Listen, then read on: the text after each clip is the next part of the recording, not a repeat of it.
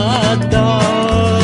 Alikabok dito at buhangin doon, ang masasagat mo sa twi-twi na. Ang init ng araw, lamig ng panahon, ang palaging madarama. O talagang ganyan, dapat na magtiis ka. Ito ang buhay siklista. Gaya ng awit na Buhay Siklista, ang mga lamat na ito ay hindi lang pangalan sa record. Sila ang tinig ng kalsada. Dito hinubog ang pangarap, sa pawis, sa akyat, at sa bawat laban sa sarili. Para sa kabataang siklista ngayon, malinaw ang mensahe. Ang talento ay pinapanday ng disiplina at ang hilig ay pinatatag ng hirap.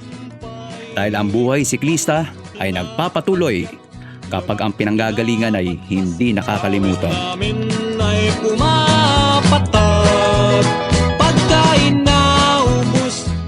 Wala pang kambyo, agad pa sa bagyo. Correct. Ay, Kapus o talagang ganyan, dapat na magtiis ka. Ito ang buhay siklista. Kaya nakuha kong mountain climbing. Kain ako ng stick sa Baguio.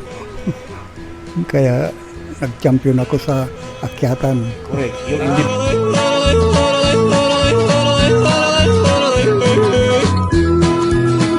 isa pang ginagawa namin, yung kanin, hinahaluan na ng asukal. Yun ang talagang pangtira ng Pangasinan. Okay siya.